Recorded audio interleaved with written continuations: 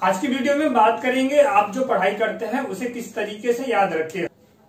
आज की वीडियो उन बच्चों के लिए है जो अपने एग्जाम की तैयारी करते हैं, क्वेश्चंस के आंसर्स कंप्लीट करते हैं और उसके बाद भी जब उनसे पूछा जाए कि ये क्वेश्चन का आंसर क्या है तो कंफ्यूज हो जाते हैं, सही से बता नहीं पाते हैं। तो आज की वीडियो में आप बने रहिए, मैं समझाऊंगा, वही ट्रिक बताने जा रहा हूँ जिसकी मदद से आप अपनी मेहनत जो आप करते हैं उसका आउटपुट भी अच्छा आएगा।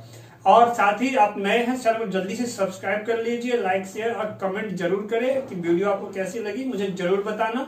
और आप ओखला फेस 1 के नजदीक रहते हैं तो आप टाइम वेस्ट ना करके आप हमारे यहाँ क्लास ले सकते हैं। विक्ट्री एजुकेशनल प्लैनेट के नाम से सेंटर है और इसकी जो डिटेल है आपको डिस्क्रिप्शन में मिल जाएगी।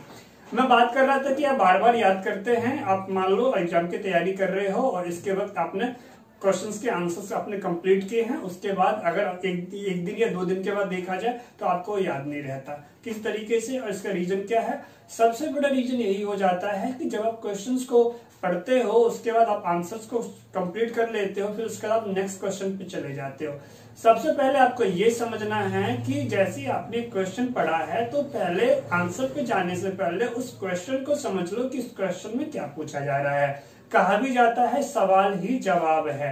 जी हाँ, जो आपका सवाल है वो सवाल ही जवाब होता है। मानिए इस बात को, सवाल में ही जवाब छुपा होता है। अगर आप सवाल ही समझ गए, तरीके से सवाल को समझ गए हैं तो उसके आंसर को आप इमेजिन करने लग जाते हैं। आप उसको सोच सकते हो कि इसका आंसर क्या क्या हो सकता है। अब उसके बाद आप उसमें क्या करो, अब आंसर को पढ़ना स्टार्ट करो।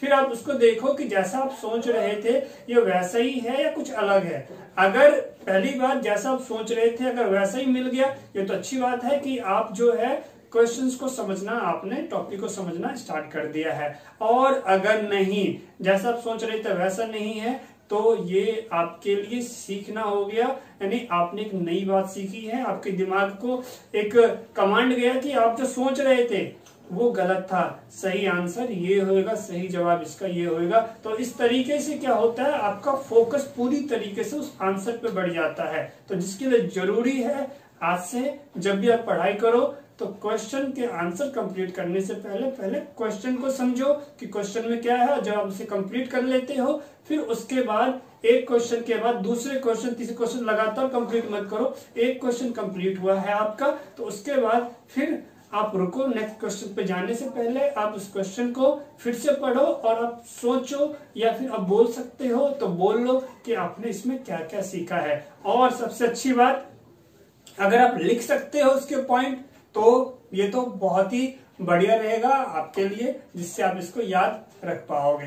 तो ये एक ट्रिक था जो मैंने आपको बताया है, इसको आप यूज करके आप अपनी जो आप तैयारी करते हैं वो तैयारी आपकी 100% सही रहेगी और आपको बार बार एक ही टॉपिक को रटने की जरूरत नहीं पड़ेगी।